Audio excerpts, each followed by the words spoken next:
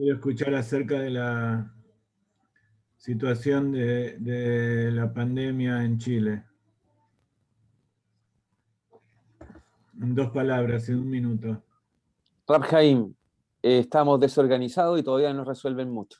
Eso en 2 palabras. Así que el número de enfermos es muchísimo y todavía se enferman muchas personas y caen a las clínicas. Eso. Y hay gente joven. Estoy escuchando de la familia de mi esposa en Argentina que varias familias completas de primos de mi esposa de 30, 40 años que se están enfermando y no los atienden, no les dan demasiada atención. Y por supuesto vacuna tampoco. Está muy extraño todo eso, pero ahora aparecieron acá en Israel algunas cepas extrañas de gente vacunada que se enfermó. Hay una mujer que vino de Dubái y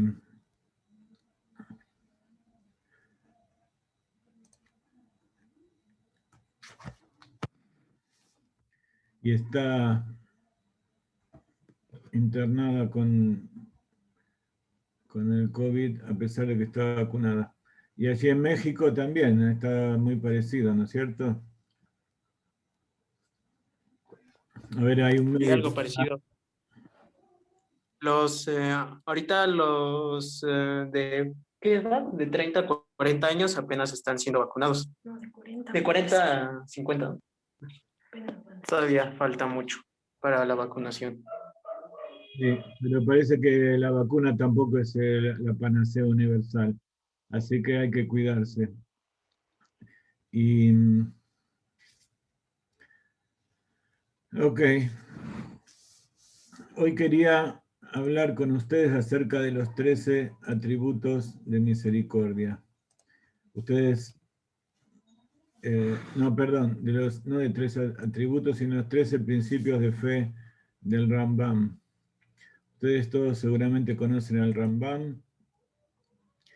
Él era el líder de la generación, como dice el Zohar, Itpashtuta de Moshe, Bechol Dara Bedara, la extensión, la reencarnación del alma de Moshe en cada generación, y en su generación fue el Rambam, fue el líder, fue la persona, el Rebbe, que dirigió al pueblo, que lo condujo por el camino de la Torá, que lo sacó de sus dudas, que lo fortaleció en una época en que los árabes estaban en su esplendor, cuando conquistaban Europa, África, Medio Oriente, y también cuando estaba la lucha con el catolicismo, que estaban echando a los árabes. De todas maneras, eso fue un poco después del Rambam. El Rambam fue un rabino que estudió Torá, estudió todas las leyes, cumplía todas las leyes, y como muchos que se dedican a otra actividad para su sustento, estudió medicina, por supuesto la medicina de la Torá, que tenía mucha influencia de Aristóteles, porque hay un principio en el judaísmo, y es que todo lo que tiene que ver con la ciencia, entre ellos la medicina, hay que ir de acuerdo al conocimiento de la época. Entonces, en esa época no había mucho conocimiento de las técnicas de curación a través de remedios o de antibióticos, no existía nada, sino más bien la prevención. Y tampoco se conocía el principio de los virus o las bacterias, tampoco se sabía bien cómo la gente se reproducía, cuál era el principio que se transmitía de generación en generación. no se sabía bien qué pasaba con los alimentos cuando uno comía y entraban en el cuerpo. Entonces, el Rambam fue un adelantado en su época porque trajo muchos conocimientos básicos de la prevención, de la vida natural, de cómo hay que cuidar el cuerpo, que era traído en la Torá. Y como es sabido, muchos de los sabios de Grecia, como Platón, Aristóteles, Hipócrates, que hasta la época del Rambam e incluso hasta hoy en día, pero sobre todo hasta la época de la Edad Media, ellos eran la base del conocimiento científico en todo el mundo. Ellos, Platón y todos ellos tenían un contacto muy estrecho con los sabios de Israel, sobre todo del Segundo Templo, que era cuando Grecia estaba en su esplendor. Entonces, por un lado hay muchas cosas que dice el Rambam que tiene que ver con Aristóteles, con Hipócrates, en cuanto a la medicina, y uno de ellos era que el alimento tiene que ser tu medicina. Y ese es un principio que hoy en día está muy en boga, que la persona es lo que come, por lo menos en la parte del cuerpo, y también que cuando hay algún desequilibrio, en su mayor parte viene de los alimentos que come. Y así también pasa en forma espiritual, porque todo lo que pasa en el cuerpo y en el mundo físico tiene su origen espiritual. Entonces, el alma que entra al cuerpo es la que da la característica de todas las actitudes y pensamientos y también la genética que tiene el cuerpo. Pero ella misma, el alma, necesita alimentarse de Torah. Por eso todos los días en la mañana cuando nos despertamos, le decimos a Dios que le agradecemos por el alma que nos devolvió, que nos dio un día más de vida, porque el alma había subido a estudiar Torah. La Torah es el alimento del alma. Y el ejercicio del alma, así como el cuerpo necesita alimentarse de alimentos nutritivos, necesita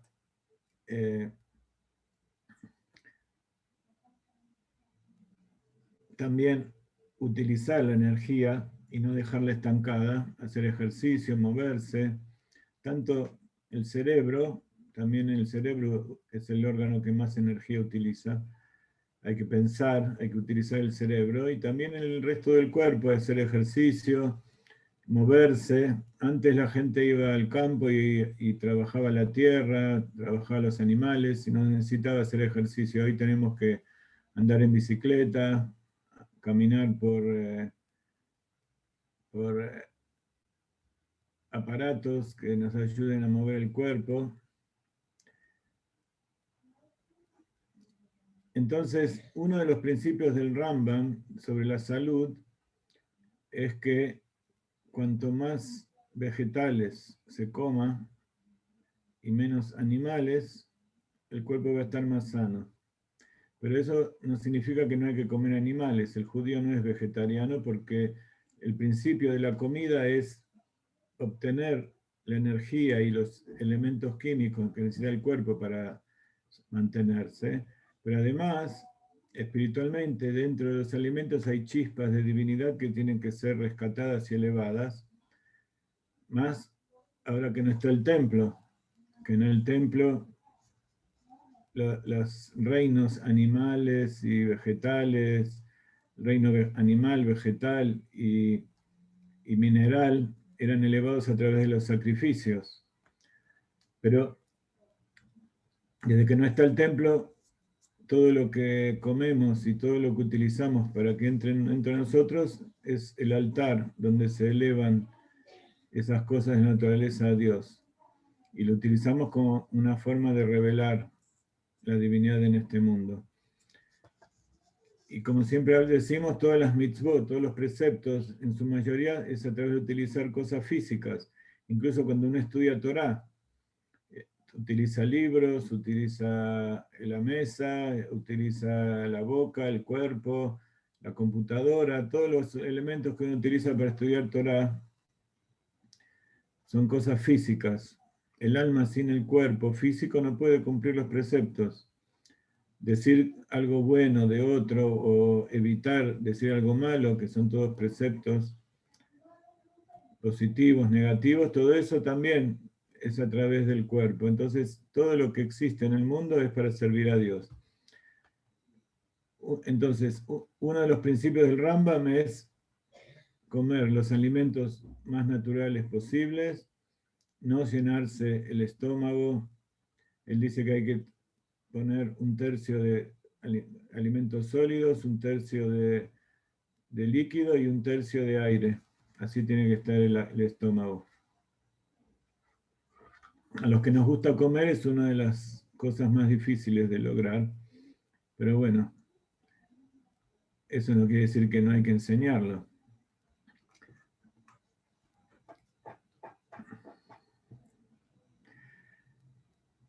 Otro de los principios del Rambam es que dentro de los alimentos que comemos hay macronutrientes y micronutrientes.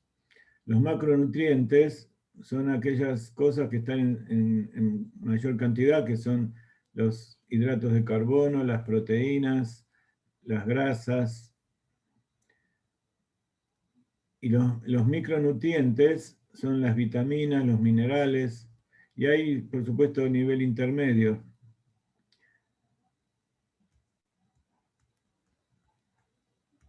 Dentro de los macronutrientes también está el agua, pero como el agua también la puede fabricar el cuerpo, entonces se considera que una persona que se alimenta bien no necesita tomar agua líquida, sino que dentro de las frutas y los vegetales hay suficiente agua como para que satisfaga lo que él necesita. Ahora, en nuestra época, en que buscamos todo lo que es más fácil, se eliminaron los micronutrientes, incluso las cáscaras y las fibras de los alimentos que el cuerpo necesita para que la digestión sea mejor. Y se concentró todo en los hidratos de carbono, las grasas y las proteínas. Y a través de la industrialización, todos los micronutrientes, que son tan necesarios como los macros, se eliminaron.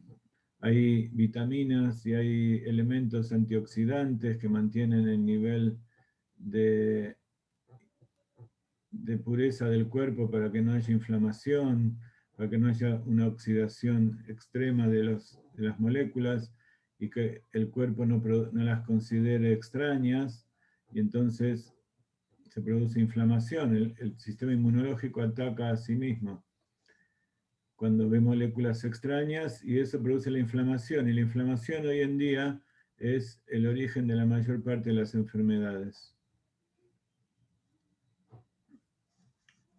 Las enfermedades autoinmunes son todas del mismo origen.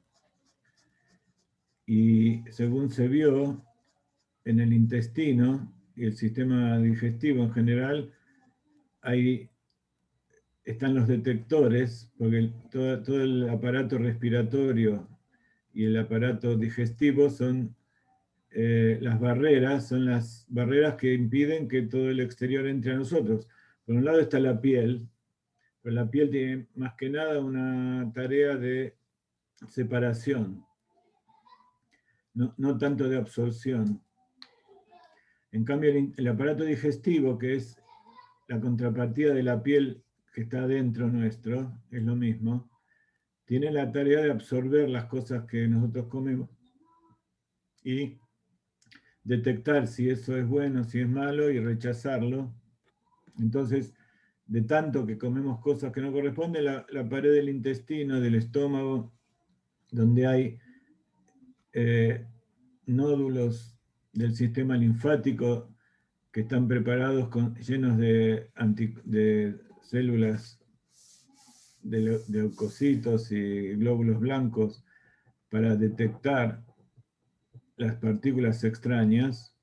Son como los soldados y los sistemas de detección que hay en las fronteras. Entonces, hay tal cantidad de ataque que ya se perdió el control y no se detecta aquello que sí tiene que entrar y aquello que no tiene que entrar. Como que las fronteras están permeables. Todo esto uno lo piensa y se da cuenta de lo que pasa con los países. Es muy parecido. Las fronteras hay tanta gente y tantos terroristas y contrabandistas y mafia por todos lados que no hay ningún ejército ni policía que pueda controlar quién entra y quién no entra. Y entonces sucede que se confunde a los que vienen a vivir en forma civilizada y decente con aquellos que no. Ya no se sabe quién es quién. Todos están bajo sospecha. Y eso pasa también en el cuerpo. El cuerpo, el intestino empieza a tener porosidades por el mal funcionamiento de las barreras que separan. Y entonces empieza a entrar al cuerpo cosas extrañas y el cuerpo los ataca y como son muy parecidas a veces a las propias moléculas del cuerpo, entonces esos anticuerpos y esas moléculas que se producen atacan al propio cuerpo. Esa es la base también, por ejemplo, de la enfermedad del COVID, que el virus se incorpora a las células del epitelio del pulmón, y entonces el propio sistema inmunológico produce citoquinas y produce moléculas inflamatorias que es lo que pasa cuando un ejército se prepara para atacar.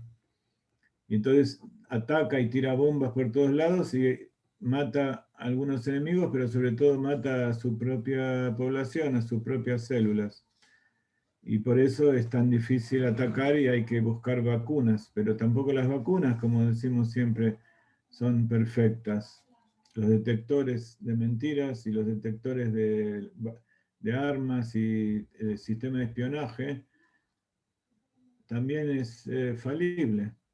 Entonces, el asunto es ver cómo hacer para crear un mundo, un cuerpo, donde no haga falta tantas defensas y no haga falta estar todo el tiempo peleando y gastando los recursos para luchar y para defenderse, sino que usar los recursos de la nación, del cuerpo, de la comunidad, de la humanidad para hacer cosas buenas.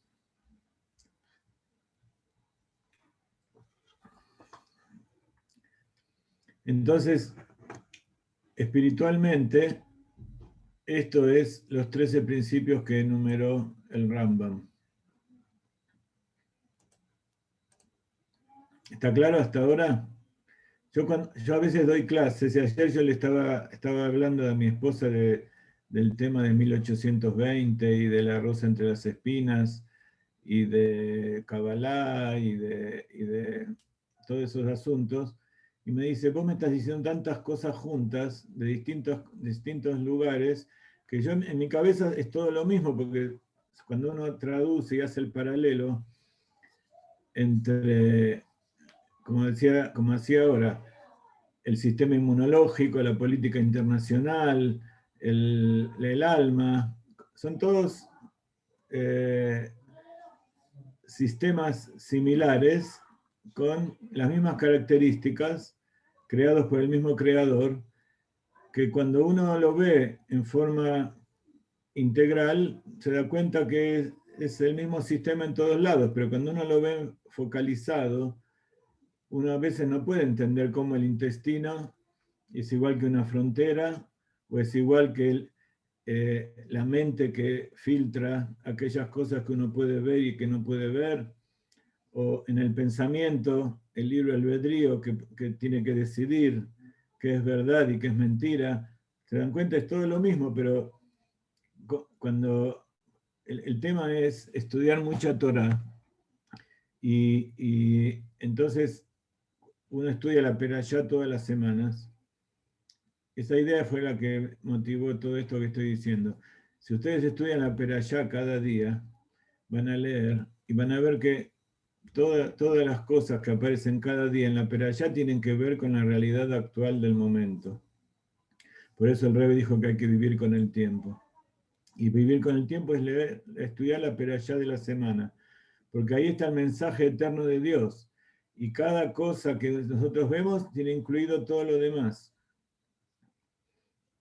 Entonces, si una persona tiene problemas con la esposa, con la familia, con los hijos, con la alimentación, con la salud, tiene sueños raros, no puede dormir, todo lo que le pasa a la persona, se le rompió el auto, se lastimó una uña, o tiene problemas con el dinero, o hay gente que le molesta alrededor de la casa, que hace ruido, hay gente que en Venezuela directamente que los rodean y los sacan de las casas, se las expropian. Todo eso, uno lee la Torá y dice, wow, esto está escrito hace 3.333 años, y como ya sabemos, eso fue creado antes de la creación del mundo, porque Dios creó en base al plano de la Torá. Y entonces empieza a ser paralelos. Ese es el concepto de la palabra Kabbalah. Akbala, comparar una cosa con otra, y vemos que no hay nada nuevo bajo el sol. Y como dice el rey Shlomo, ¿qué quiere decir que no hay nada nuevo bajo el sol? Aquel que lee entre líneas y que entiende más allá, dice, si no hay nada nuevo bajo el sol, quiere decir que lo que está nuevo está por encima del sol. El sol representa la realidad que nosotros vemos, aquello que está a la luz, lo obvio a nuestros ojos. Cuando el judío se destacó siempre por ver aquellas cosas que están más allá de la percepción de los sentidos comunes.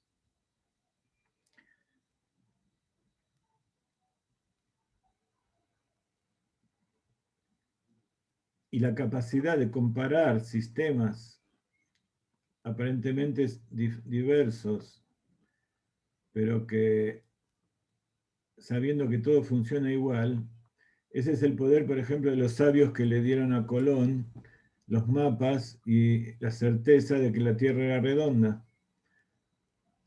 Porque todo lo que es creado en la Tierra, hay dos principios. Uno que es el principio de lo redondo, el círculo, y otro de lo recto, Yashar. Yashar se refiere, lo recto, se refiere al camino de la Torá, que nos da los caminos rectos a seguir. Y círculo se refiere a la naturaleza.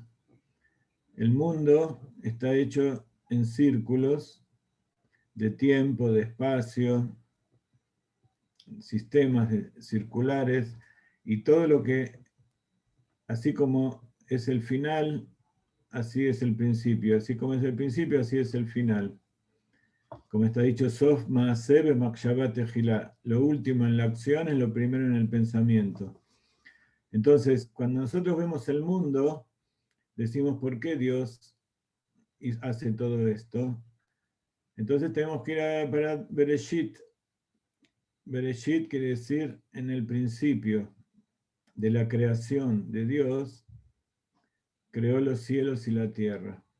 Quiere decir que antes, cielos y tierra representan lo físico y lo espiritual. Quiere decir que antes, en tiempo, quiere decir más allá de la creación que nosotros conocemos, quiere decir que hay algo que no está dividido en espiritual y físico.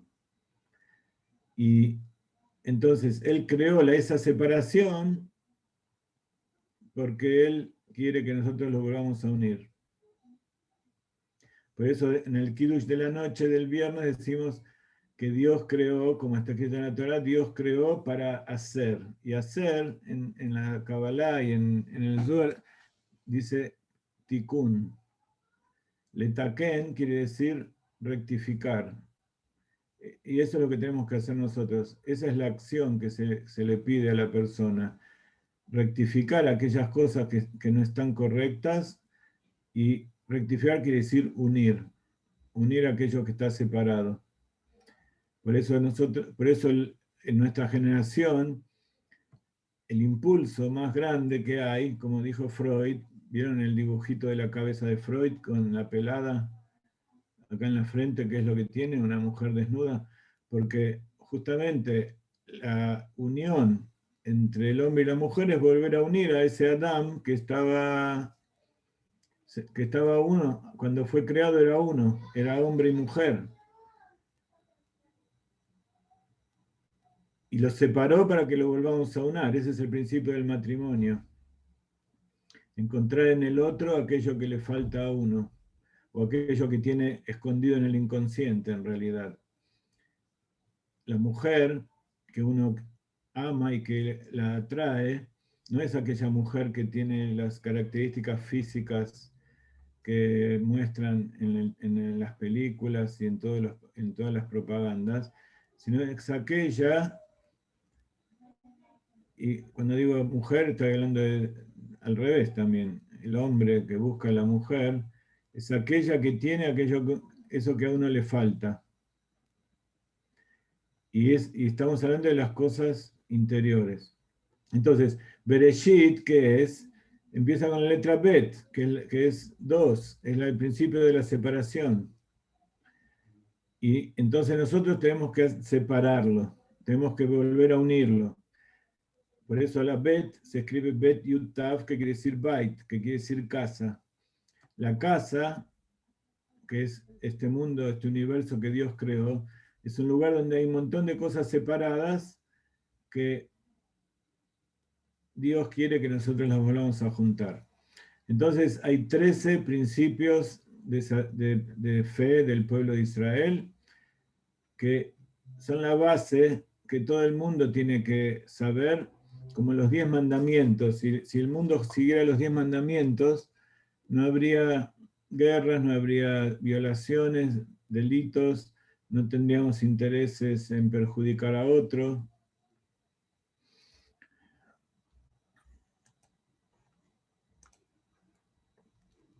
Trece es la gematria de 1 en hebreo. Ejad, Aleph, Het, Dalet, es 1, 8 y 4, que es 13.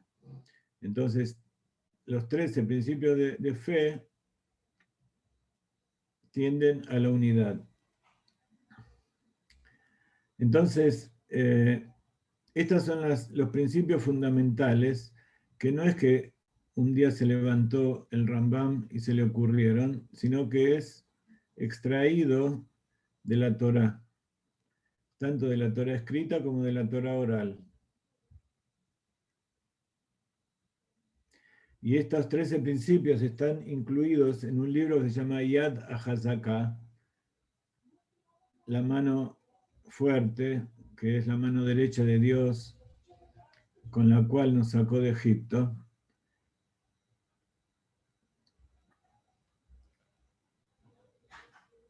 Y se llama Yad porque Yad es 14, y 14 son los capítulos que tiene. Dijo el Rambam que aquel que estudia este libro, que se llama Mishneh Torah también, la repetición de la Torah, como la Mishnah, que es la Torah oral, aquel que estudia este libro es como si hubiera estudiado todo el Talmud. Porque el Talmud es el estudio de la Torah oral, que a su vez es el compendio de todos los preceptos, de los 613 preceptos y sus derivados y explicaciones, que es la base de la Torah, que es toda la Torah. Todo el objetivo de la Torah es enseñarnos qué es lo que quiere Dios que hagamos. Y todo eso está incluido dentro de estos 13 principios que se llevan a cabo a través del cumplimiento de los 613 preceptos. Entonces, los 13 principios de fe de Maimónides, eso lo pueden encontrar en el sitio de Chabad, en distintos lugares. El primero es creer en la existencia de un creador que es perfecto en todas las formas de existencia y es la causa primaria de todo lo que existe.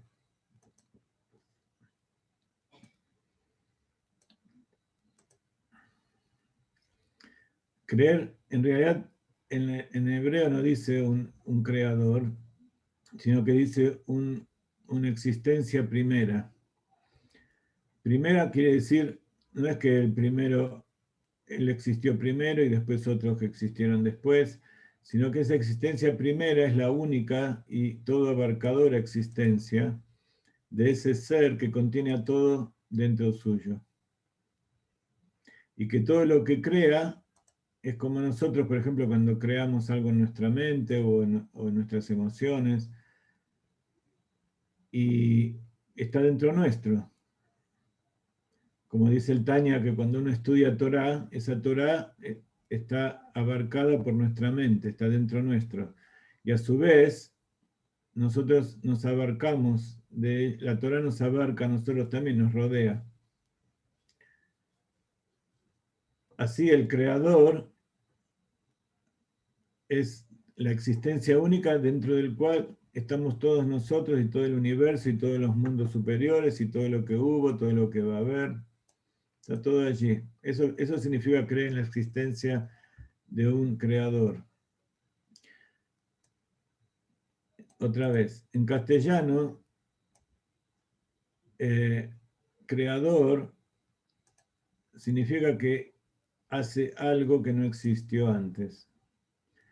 Para nosotros, un ser humano que se llama creador, en realidad no es que crea algo que no existió, sino que transforma eso que existe en algo diferente o, por ejemplo, toma madera, papel, pintura y transforma eso en un escenario para hacer una película, etcétera, etcétera. Todo lo que ustedes puedan desarrollar a partir de eso. Entonces, eso no es un creador, sino que es alguien que transforma en realidad. Cambia la forma de algo para que aparente ser algo diferente. Entonces, Dios no es que crea en ese sentido, sino crear significa hacer algo a partir de la nada, algo que no existía, que exista. Y eso es en realidad lo que Dios pide de nosotros, que seamos socios en su creación, que Él creó un mundo imperfecto y al perfeccionarlo estamos haciendo un nuevo mundo que antes no existía. Incluso antes de que Adán pecó, se decía que Adán era perfecto y el mundo era perfecto, pero fue creado por Dios, directamente, en forma perfecta. Pero, ¿qué pasa cuando esa perfección muestra que no es funcional? Porque en realidad lo que quería Dios es alguien que sea socio con Él, que sea creador con Él, pero si solamente hace lo que dice Dios, entonces ahí deja de ser creador, pasa a ser un robot. Pero ¿cómo ser un creador sin estropear aquello que hizo Dios, sino perfeccionarlo? ¿Cómo se puede perfeccionar? Uno tiene que ser más que Dios. Bueno, Dios nos dio el libre albedrío para que podamos hacer cosas que aparentemente Él no quiere.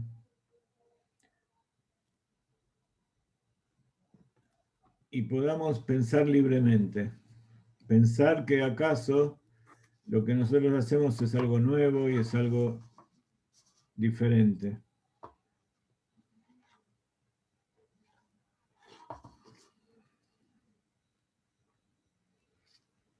Cree en la existencia del Creador, que es perfecto en todas sus formas de existencia y es la causa primaria de todo lo que existe. En realidad todo el mundo cree en eso. Todos saben que todo surgió de un principio. Algunos pueden decir que fue hace 1.000 millones de años, hace 10.000 millones de años, que ahí pasó algo que empezó. Pero todos saben que hay una existencia primera de algo. ¿Cómo sabemos que no hay dos existencias primeras? Porque la ciencia dice que todo fue un Big Bang, donde una partícula de repente explotó. Es una explicación de algo que ellos tampoco entienden, no saben bien de qué se trata, pero saben que antes, que algo que no había, ahora hay. Pero no existe en la mentalidad del hombre que algo surja a partir de la nada. Por eso dicen que había una partícula primera. Eso que la ciencia llama partícula es lo que nosotros llamamos Dios. Pero cuando la ciencia dice partícula, habla de algo al azar, habla de algo que existía por casualidad y que de repente explotó y creó todo esto por casualidad. La diferencia del creador es que tiene una intención. Que nosotros creemos en que hay alguien, no algo, que tiene un proyecto, tiene una intención y que esa intención es buena y que esa intención es lo más perfecto que puede haber. Y por eso, si nosotros verdaderamente tenemos libre albedrío, nos asociamos con esa intención perfecta. Hoy en día, decir que yo puedo elegir lo que se me antoje, muchas veces la gente piensa que si elige algo que es malo, que es dañino, que está en contra de la corriente, entonces significa que eso lo hace libre. Una persona que mata o que con un cuchillo o con un revólver o que mata a través de un aborto legal, piensa que todo eso lo hace porque él es libre. En definitiva, porque Dios le dio el libre albedrío. Y como en todas cosas hay dos niveles. Hay un nivel de libre albedrío abajo y un nivel de libre albedrío superior. Está el libre albedrío de aquella persona que no tiene conciencia, como un bebé que le dan un cuchillo y él no sabe lo que es un cuchillo y lo mueve y hace lo que sea y va aprendiendo que a él le duele o que a otro le pueda doler o que a lo mejor sirve para cortar comida o para rayar un mueble. Tiene libre albedrío, él puede elegir qué hacer con ese cuchillo. Pero el libre albedrío superior quiere decir tener conciencia de qué es lo que uno tiene en la mano. ¿Para qué sirve ese instrumento que está utilizando? Entonces es más adulto y puede usar eso como un cirujano para ayudar a alguien para curarse o para matar animales en forma más misericordiosa, piadosa, que no sufra. Y en definitiva puede utilizar ese instrumento que tiene en la mano para el objetivo que quiere Dios. Porque, como decimos, el creador es el que sabe por qué creó y para qué nos creó a nosotros. Entonces, uno no nace sabiendo. Y ese es el objetivo de estudiar la Torá, que es las instrucciones de que quiere Dios para nosotros en este mundo. El objetivo de estudiar Torá es saber qué es lo que quiere Dios, y entonces cuando uno sabe lo que quiere Dios y sabe lo que existe en el mundo y sabe lo que uno quiere y se analiza a sí mismo, entonces ahí sí puede decidir, porque tiene las cosas al mismo nivel.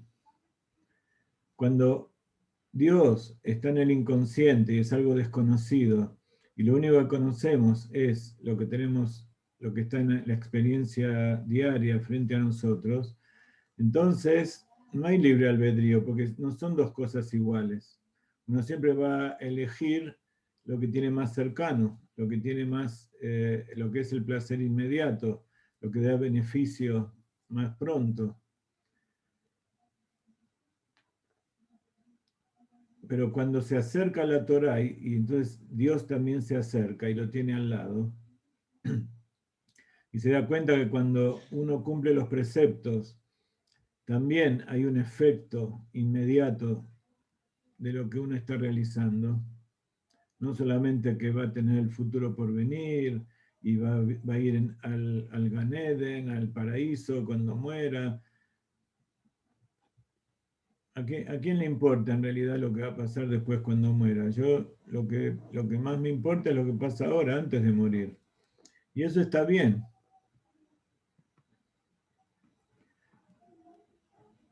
No hay nada más deprimente que pensar en la muerte, pensar que la muerte, como piensan todos, la vida es corta y la muerte es eterna. Ese es un concepto que no es, ni siquiera se aproxima, sino que es lo más contrario a lo que es la verdad y lo que es el judaísmo. En el judaísmo la vida es eterna y la muerte no existe. La muerte es una palabra que se refiere a aquellas cosas que no existen, que no tienen existencia propia. Nosotros podemos decir que el cuerpo existe y el alma no existe porque no la vemos. Sin embargo, la ciencia descubrió que los átomos en realidad son energía.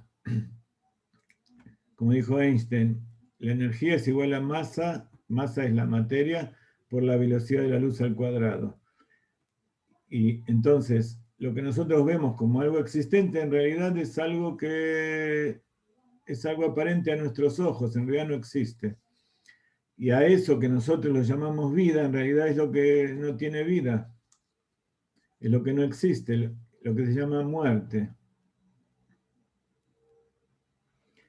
En hebreo, muerte se dice met, que es mem taf. Y la palabra verdad es Aleph Mem Taf, Emet. La Aleph representa a Dios. Entonces, todo aquello donde no está Dios, por ejemplo, un cuerpo donde el alma se va, eso desaparece, vuelve a la nada. Pero no es que antes vivía y ahora murió, sino que en realidad nunca existía. En cambio, el alma, que es parte de Dios en lo alto, es lo que verdaderamente existe. Y aquello que existe, aquello que vive, eso no muere, porque no existe que algo que viva, porque desaparezca de repente, porque tiene vida eterna, porque es parte de Dios. Puede ser que no lo vemos, pero no quiere decir que eso murió. Por eso está dicho que Jacob vino no murió, que Moshe Rabbeinu subió al monte y Hashem lo llevó allá y él mismo lo enterró. Quiere decir que puso su cuerpo allí, pero a Moshe se lo llevó. Y por eso Moshe puede volver, como dijimos al principio de la clase, como una extensión, como una reencarnación a través de todas las generaciones. Y así pasa con todas las almas nuestras.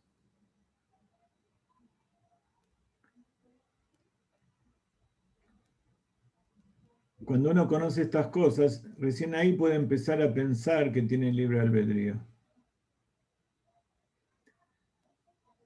O utilizar como corresponde su libre albedrío y puede decidir, porque pone las cosas al mismo nivel.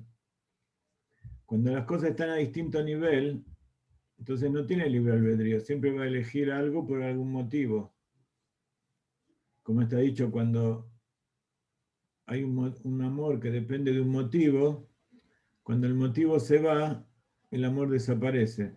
Pero cuando el amor es algo que está por encima de toda lógica y no tiene una motivación, ese amor no desaparece.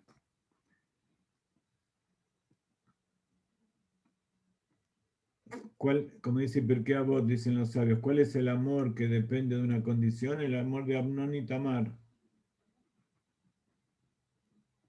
¿Cuál es el amor que no depende de ninguna condición? El de David y Jonatán. El hijo, Jonatán era su cuñado y era el hijo de del Melech Shaul, el primer rey de Israel. Y entre ellos había un amor íntimo, un amor del alma, que no dependía de ninguna condición. No era un amor físico, sino que era un amor de, como alguna vez dijimos, que la vida nos lleva a ese lugar donde están los que comparten la raíz de nuestra alma. Es algo que está por encima de la mente y de cualquier lógica, porque es algo que tiene que ver con la raíz del alma que está allí arriba en Dios.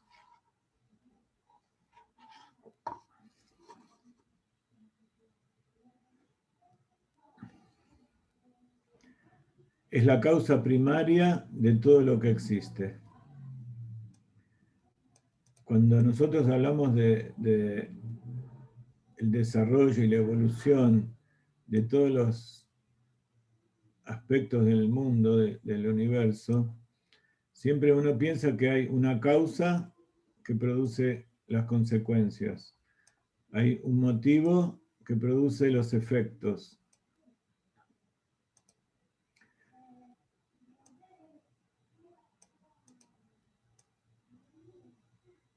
Y como la mente tiende al infinito, entonces uno podría decir que así como nosotros estamos en el medio de todo un proceso,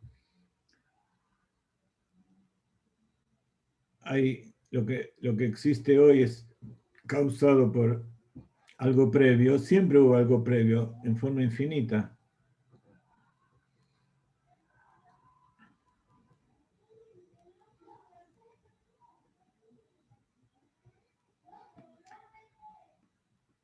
Pero incluso la ciencia demostró que toda causa proviene de una causa original, primaria, de donde salen todas las causas, porque decíamos, ¿qué pasa si hubiera dos causas juntas que entre las dos hicieron un efecto?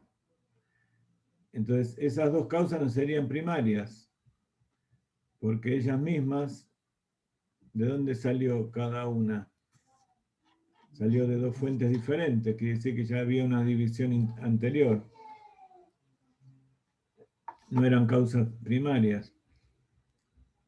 Siempre una causa primaria es que hay algo y no hay nada más que eso. Y de ahí deriva el segundo principio de fe del Rambam, que es la creencia en la unidad absoluta e incomparable de Dios. No es que Dios es uno porque no hay otro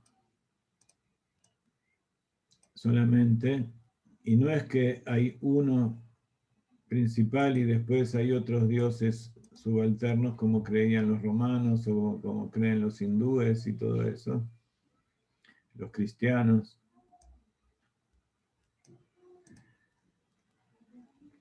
Y no es que hay un solo Dios que está allí afuera y nosotros estamos aquí y Él nos crea, sino que la unidad absoluta quiere decir que no hay otra cosa que Dios.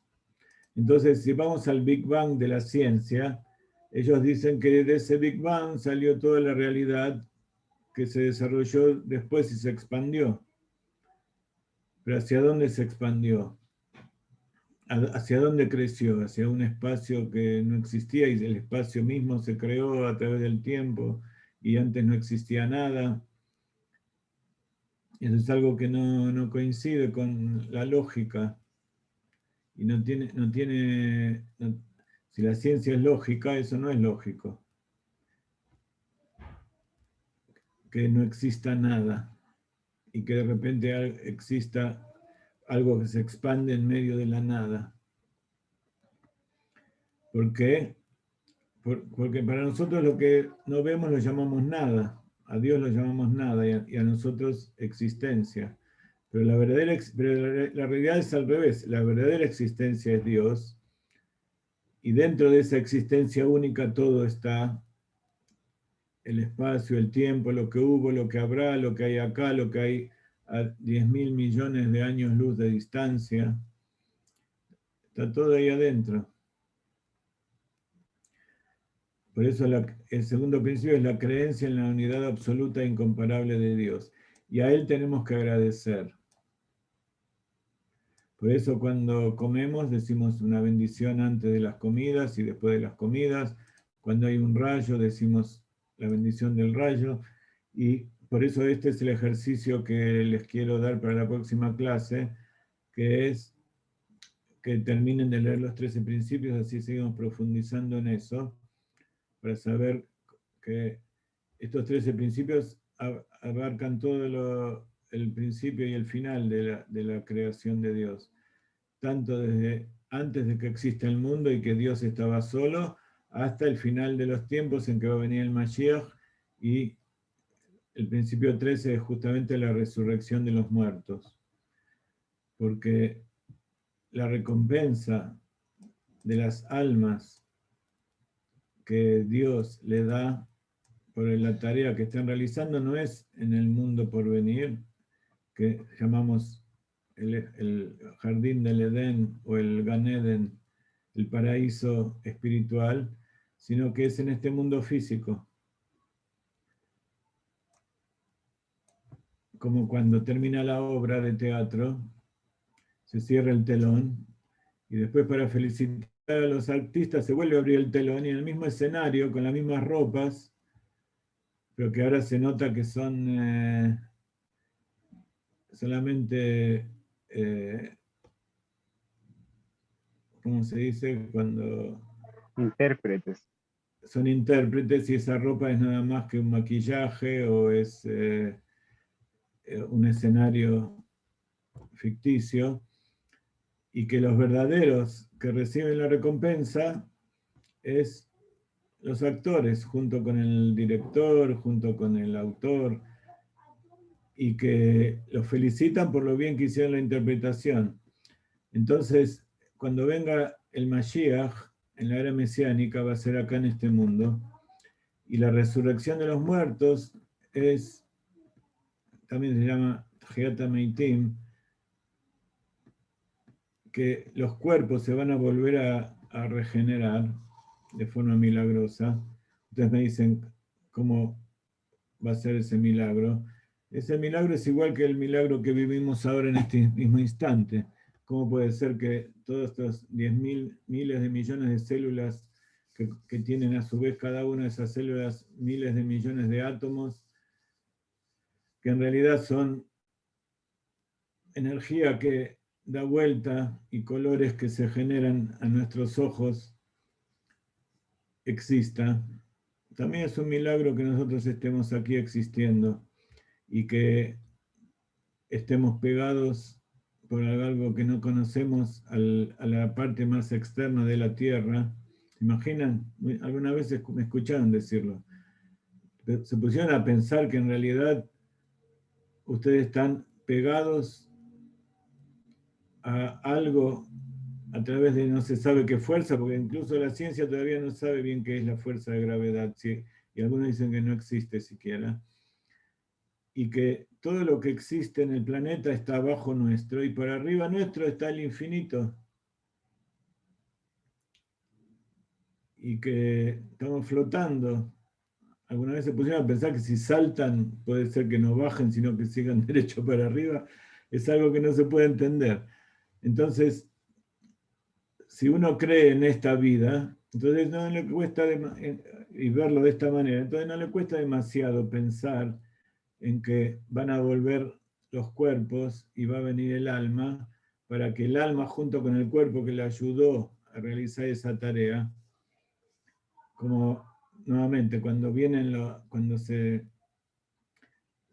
felicita a los actores, también se felicita al escenógrafo, al maquillador, a los músicos, al iluminador. Todos estuvieron haciendo eso. También el alma y el cuerpo van a recibir la recompensa, el salario por lo que le corresponde a cada uno. Esa es la resurrección de los muertos. Y por cierto que Hashem no tiene ningún problema en pagar en forma infinita. Él tiene todos los recursos para dar el salario y, como decimos siempre, con misericordia. ¿Qué quiere decir con misericordia? Que Él no nos paga exactamente por el trabajo que hicimos, sino que nos paga como hijos. Uno no le da al hijo de acuerdo a lo que se merece o lo que trabaja, sino que le da porque quiere quiere que su hijo tenga todo lo que necesita, más allá de lo que se merece o no lo que se merece. Entonces, por eso somos hijos y somos sirvientes de Dios. Por un lado recibimos el premio por el servicio, pero por otro lado Dios nos da con misericordia y en abundancia y más de lo que merecemos como siervos, porque nos da como hijos, y como hijos merecemos todo. Por lo menos eso es lo que uno siente como padre. No está viendo a ver qué beneficio hizo para uno, para darle plata o darle estudio, o darle todo lo que quiera. Al contrario, cuando uno va de vacaciones o cuando uno come o disfruta, quiere comer junto con la familia. No le va a decir, a ver, ¿trabajaste hoy? Vení a comer. ¿No trabajaste? No vas a comer.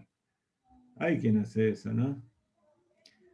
Pero Hashem va a recompensar a todos porque se va a revelar que en realidad somos todos actores de esa trama que Dios quiere y que como los actores después que salen de la actuación van a comer todos juntos y están toda la noche ahí disfrutando de la alegría del trabajo realizado, así también el séptimo milenio va a ser el Shabbat eterno en que vamos a empezar a disfrutar verdaderamente del esfuerzo y del trabajo de toda la obra que hicimos en 6.000 años. Los felicito por no haberse ido, por haberme aguantado toda esta perorata, pero es parte del blanqueo de las falsas creencias que nos dieron y que yo también pasé. Pero como dice el Admur Zaken en el Tanya, cuando uno hace tefilá y está, o estudia Torah y está pegado a Dios y está entusiasmado, entonces piensa en todas las cosas y está muy elevado espiritualmente. Después cuando termina, vuelve a la vida común y vuelve a tener las mismas inclinaciones y las mismas cosas de antes. Entonces por eso cada vez que uno vuelve, tiene que acordarse de ese momento de apego y de entusiasmo y tratar de a poquito ir cambiando y agregarle a la vida común el apego que tuvo cuando tuvo la experiencia esa de elevación, que a lo mejor dura 1 minuto, dura 10 minutos y eso hay que extenderlo al resto de la vida. Bueno, muchas gracias, que tengan una hermosa semana. Gracias, Rav Chaim. Y espero que pronto venga el Mashiach y estemos todos juntos acá en Jerusalén. Muchas gracias. Amén. Amén, amén. Sanos, Muchas gracias, Rab.